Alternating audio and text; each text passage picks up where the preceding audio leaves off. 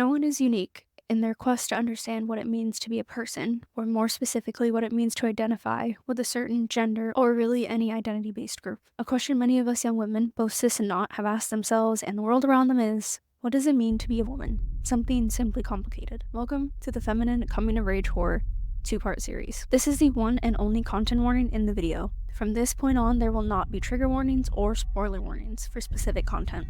Can confirm that this video includes both triggering content and spoilers throughout, so please proceed with caution and watch at your own risk. The popular therapy platform BetterHelp answers the question, what does it mean to be a woman, as the social construct of gender typically assigned at birth based on sex characteristics, binaries that can continue as children grow old. Essentially, being a woman meaning adhering to a social construct you agreed to at birth. Granted, we know that it's far more complicated and far less rigid than that in reality. So what is it that society recommends adhering to for women? And how do girls learn to be women, or what kinds of women they can become? According to a variety of sources, the best list I can come up with starts with social feedback. This occurs when you are granted access or restricted access from social groups, in addition to either being bullied if you're on the outside, or avoiding bullying on the inside. And finally, a gain or loss of opportunity. Media always plays a significant role in the Western understanding and passing down of what it means to be a woman. This media includes movies, shows, reality television, music, books, and anything else you can think of. A new source of information and feedback that is quickly becoming as important as media are internet spaces like social media platforms. This can include comment sections and threads. Finally, the other place I think is most important for this video is belief systems. Religious spaces and communities, sports, hobby-based groups, and politics can all impart knowledge as to how a person, in this case a woman, can be liked or disliked by that group. While I think he's, she's, and theys all experience rage, this video is specifically about feminine rage expressed by cis women in horror films that are of the coming-of-age variety. Since this is rather specific, and I'm sort of talking about an idea I've heard and seen rather than a full-fledged horror genre, I'll better define that. Question: what is feminine rage in this context? Answer: rage expressed by women that seems more shocking due to broad societal, quote, expectations of docility, homemaking, and submission, unquote, from Cherwell, an Oxford publication. A non-horror example of this rage includes Victoria Pedretti's portrayal of Love Quinn from Netflix's You series, confronting her murdering, philandering husband, Joe Goldberg. Another example is Natalie Portman's portrayal of Mina Sayers in Black Swan, a lead professional ballerina who loses herself in exchange for achieving her dreams. This type of rage is considered intense in part due to its taboo nature in Western society. Women going against the best practices and behaving in ways we'd feel more comfortable attributing to a male-coded character. The second part of this specific scope, the coming-of-age genre, is defined on Masterclass as a subclassification for teen movies in which the story, quote, follows the lives and adventures of young adults, unquote, generally involving characteristics like character growth and social commentary while having dialogue-heavy plots. Typically, the plot follows an outsider breaking into a clique and learning about the high school landscape, including how relationships function, the consequences to certain behaviors, and the social fabrics. Coming of age is a well-regarded subgenre of media and includes many huge movies like The Breakfast Club, a 1985 classic John Hughes movie about a group of high school peers spending a Saturday in detention. Starring Molly Ringwald as popular and pink Claire Standish, Ali Sheedy as quiet outcast Alison Reynolds, Emilio Estevez as popular jock Andrew Clark, Judd Nelson as bad boy John Bender punching the sky in triumph by the end of the movie, and Anthony Michael Hall as the nerdy Brian Johnson, endearing and relatable. Another coming-of-age staple is the 1995 movie Clueless, starring Alicia Silverstone as Cher Horowitz, Stacey Dash as Cher's best friend, Dionne Davenport, Paul Rudd as Cher's stepbrother, Josh, Brittany Murphy as New Girl Ty, and Donald Faison as Dionne's boyfriend, Murray. The comedy-laden plot follows teenage Cher as she faces challenges specific to Beverly Hills, but relatable to teen girls. Later in 2004, Mean Girls came out, with a similar focus, but this time we follow the new girl, Katie Heron, played by Lindsay Lohan, as she infiltrates the school's top clique, the Plastics, including Rachel McAdams as Regina George, Amanda Seyfried as Karen Smith, and Lacey Chabert as Gretchen Wieners. In a more serious summer break example, Sisterhood of the Traveling Pants came out in 2005, based on a tight-knit friend group that spends the break apart but sends a pair of magical pants back and forth with updates about their adventures. Coming of age has taken many forms, but from here on out, we'll be looking at examples of feminine coming of age horror. This type of horror is obviously rage-filled, sometimes internal and other times external. It also includes psychological elements and lessons that pertain to womanhood and what it means to be a woman. I'm sure many examples exist, maybe even better examples, but the ones in this series include more than one personal favorite. And those movies are Carrie, 1976, Heathers, 1989, The Craft, 1996, and The Rage Carrie 2, 1999, all in this video. And then part 2 of the series will cover Ginger Snaps 2000, Jennifer's Body 2009, Tragedy Girls 2017, Totally Killer 2023, and finally Lisa Frankenstein 2024. The movies will be in chronological order, and timestamps will be included in the description if you're only interested in certain movies' analyses. In the 70s, the economic conditions combined with social movements pushed more women to work rather than be stay-at-home mothers. This shift and the pushback to this change can be felt in media from that time. Following the stringent puritanical norms of the 40s, 50s, and some of the 60s, women found liberation in sex, upward mobility, and opportunity by the time the 70s rolled around. In 1974, horror author Stephen King published his first novel, Carrie. Shortly thereafter, the movie Carrie premiered in 1976.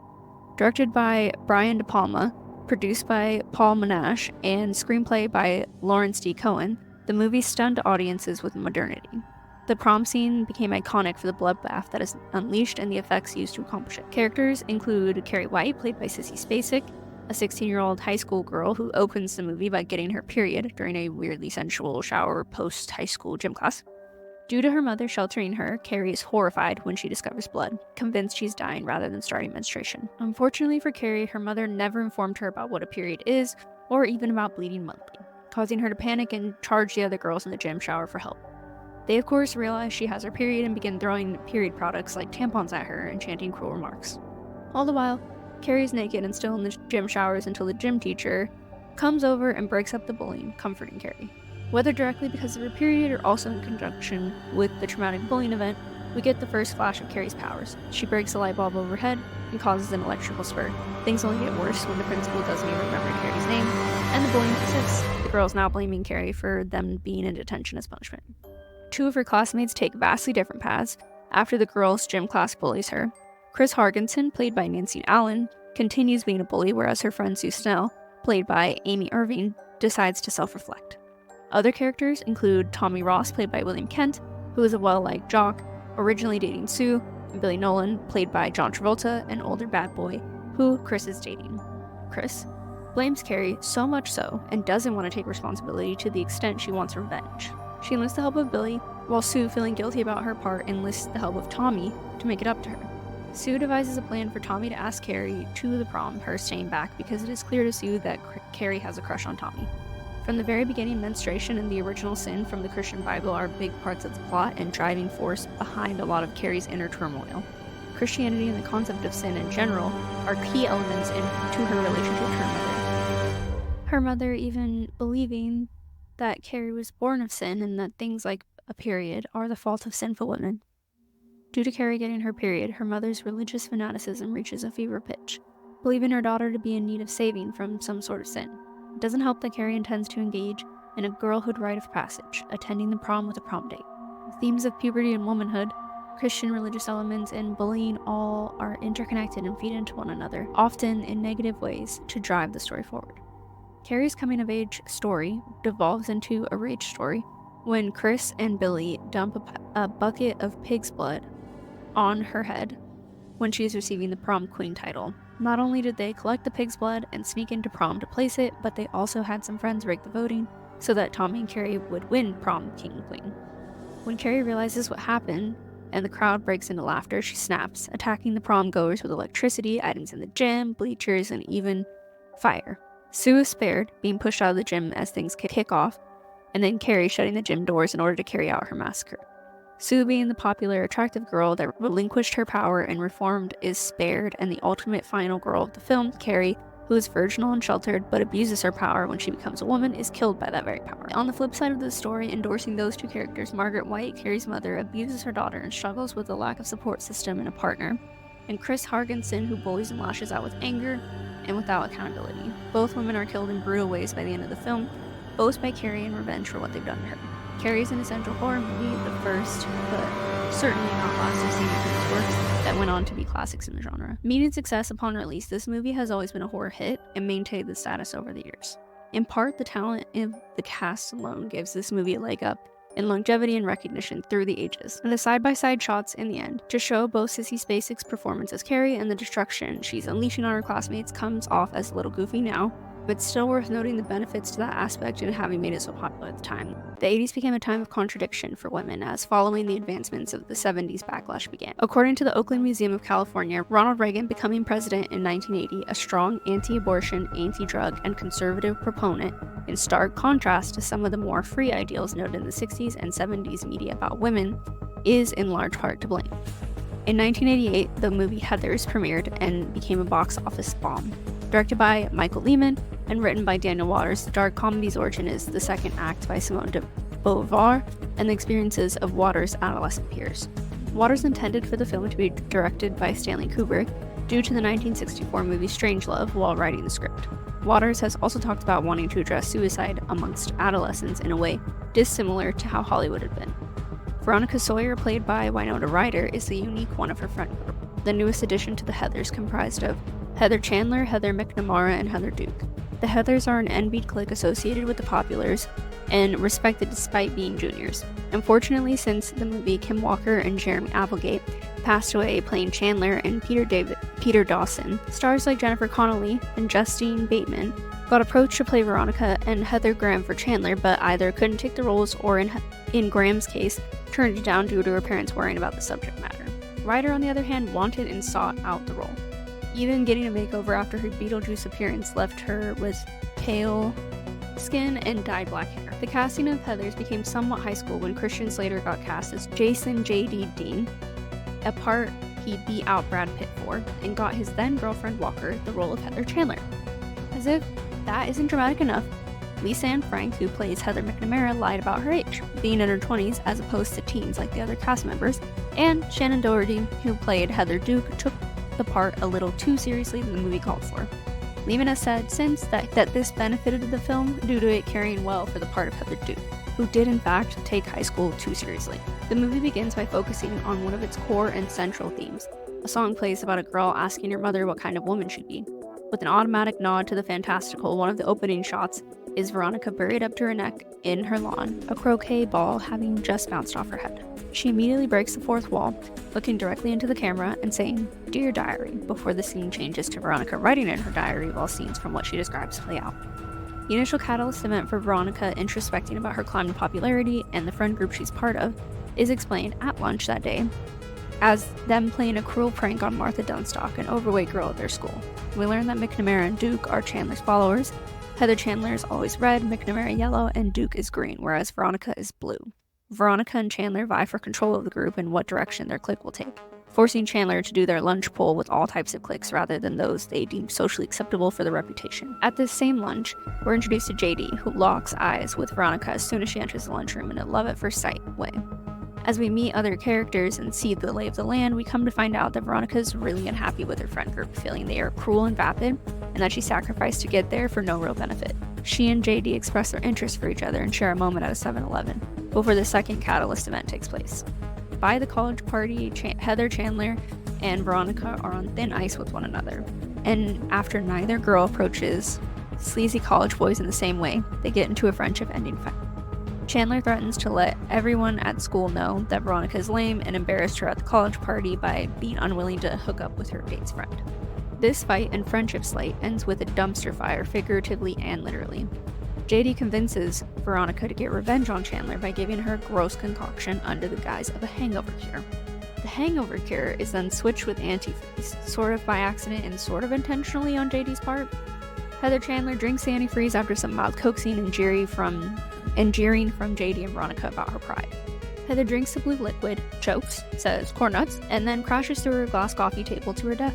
They not only kill Heather Chandler, but then they devise a plan to cover up the murder by Veronica copying her handwriting, a skill mentioned earlier in the film, and creating a suicide note. In an attempt to make it believable, they add literary references to Moby Dick and have Chandler admit her insecurities. This backfires when the town reads this letter and thinks of Heather as a victim of a growing trend of teenage suicides in America. Themes like the youth committing suicide at increasing rates, murder and physical violence, homophobia/sexuality, and bullying within the high school hierarchy all play out throughout the film. A few of the best scenes in the movie in general, but also that illustrate the themes, well are the funeral scenes, when we get insight into what the characters are thinking, able to eavesdrop on their prayers.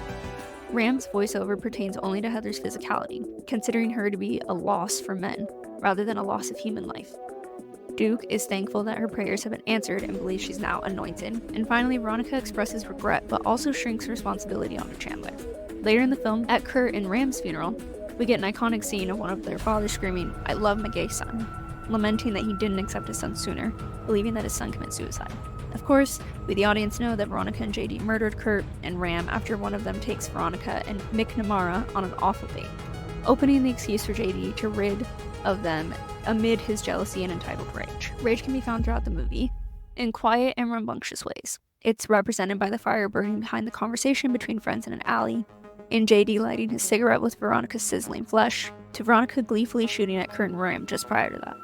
Even the final scenes are rage-filled. JD blows himself up, and Veronica watches the blast, covered after in smoke, with a cigarette turned to ash in her mouth. She's calm after the rage storm. Collateral damage is an element of rage horror that can turn an otherwise decent coming-of-age story on its head, leaving the protagonist likely a murderer by the end.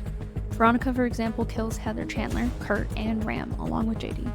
Based on what happens to the female characters, we can ascertain some insight into what society deems acceptable and punishable behavior from a woman.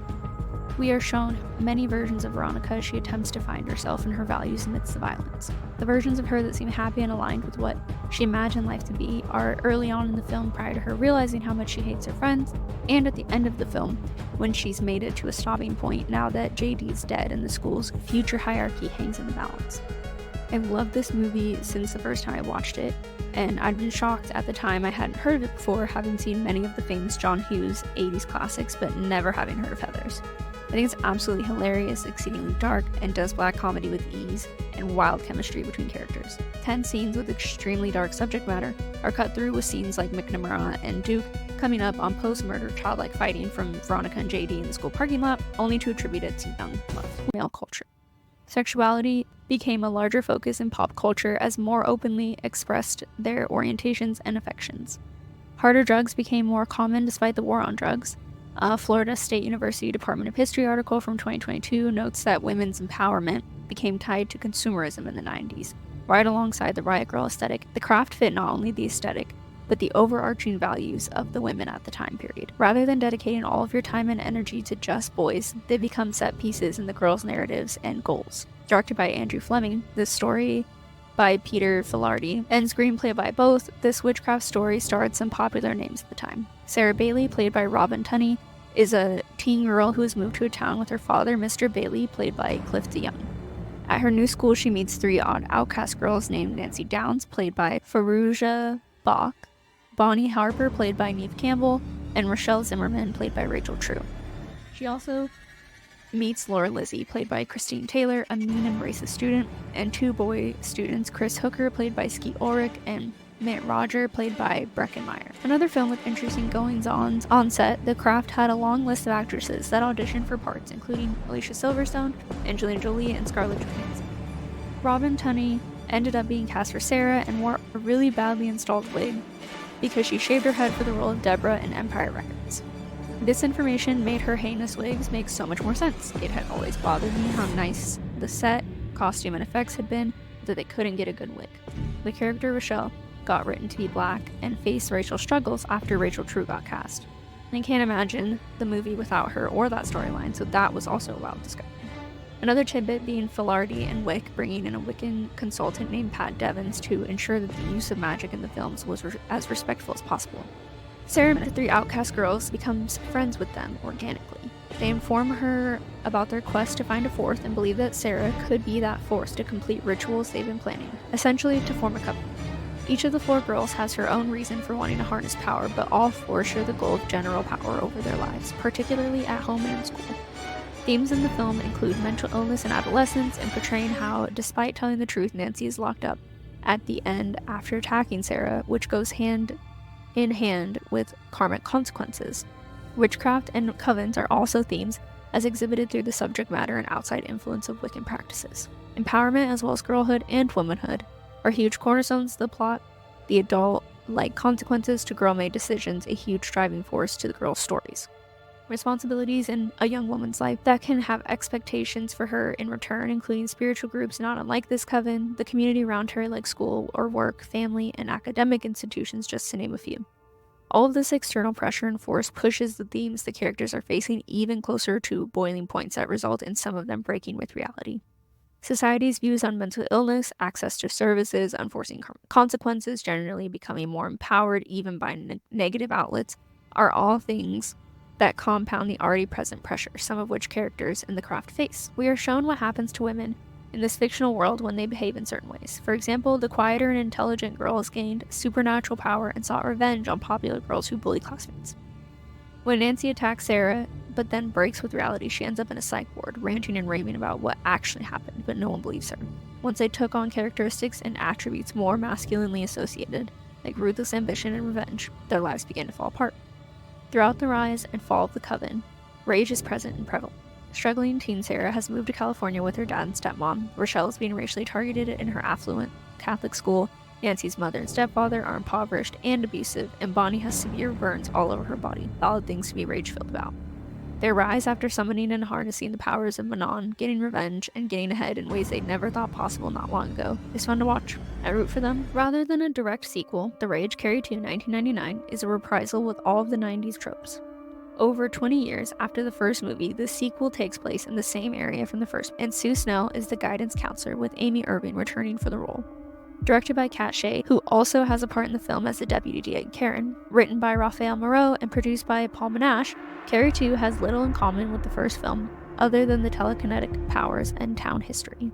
A teenage foster child named Rachel Lang is the girl in town who develops powers, but rather than being onset by puberty, it's implied she always had them and that they intensified after her friend Lisa Parker, played by Mina Savari, commits suicide. It is clear from early on that the boys' football team is a source of toxic masculinity in the school, even engaging in a scored game tracking which girls they have hooked up with, as well as rating each woman in the school. Mark, being played by Dylan Bruno, and Chuck Porter, played by Eli Craig, are two main characters who are friends with Jesse Reese, played by Jason London, who later becomes Rachel's love interest. Despite Jesse having engaged in the competition too, we are led to feel he is one of the quote-unquote good guys who is simply caught up in the whirlwind of high school. I strongly disagree, feeling that the boys' football team is in its entirety a great microcosm for how misogyny and hatred can infiltrate a space, so much so that even those who see it as bad still go along with it. The plot is pushed off with Lisa jumping off the roof because one of the football idiots had been a fuckboy and led her on. When Rachel learns of this, her rage is solidified, and although she's willing to bury the hatchet with the team, Chuck, who has been a suspect in the wake of Lisa's death, blames Rachel for bringing attention to his potential statutory rape. He also blames her for providing details to the police about his relationship with Lisa prior to her death. The misogynistic elements of the plot don't stop there, though, as Monica Jones, played by Rachel Blanchard, and her group of friends team up with the boys to tear Rachel down. The start of the movie does a decent job of expanding on Carrie while trying to modernize the issues she faced, this time the focus being sex rather than menstruation in the 70s original. Virginity is also a major factor and contributor to the rage elements of the plot. Rage and strong negative emotions can be found throughout the build-up to Rachel's Carrie-style massacre at a mansion party she reluctantly attends for her boyfriend Jesse. Rachel's foster parents harshly judge her throughout and openly talk about the money aspects of her living with them, both rage-filling and building instances in Rachel's life. By the time we reach the party, she's met with cold stares and hushed whispers when she arrives, only to be tricked into watching a sex tape of her and Jesse, secretly filmed the night before. On top of this, she is led to believe that Jesse played a role in it, but nonetheless, she snaps, her body becoming covered in inked vines as she gruesomely murders her classmates in Sue with household objects, including flying CDs. The movie doesn't feel like it set out to accomplish much, aside from making a horror sequel to Carrie with 90s flair, which it does succeed at. Despite taking a few different paths, none of the women in the movie really end their stories on a positive note. In fact, none of the women characters survive, and instead, Rachel tearfully saves Jesse before she dies in the ruin of the party. Due to the rather shallow nature of the story, not a lot of complex things are being addressed or displayed in the themes, and the external forces that compound them. Economic and social inequality is touched on a bit, with her being a foster child and the group she finds herself befriending living in mansions. Her transition from girlhood to adulthood seems to have taken place prior to the film's events, but the overall stages of girlhood are present, i.e. losing your virginity, falling for a jerk, having high school romance, and so on. All in all, I wouldn't recommend this movie. I had to watch it twice because the first time I looked down when I got bored, and I never found something else interesting enough to fully tune back into. It's a really long and drawn out story that could have been shaved in half and still accomplished the same theme. I liked Rachel, but found her to be two-dimensional at best, despite having a harsh and varied background with her mother's mental illness, rather independent due to being in foster care. She can easily take care of a dog, but cannot smell danger or bad intentions a mile away.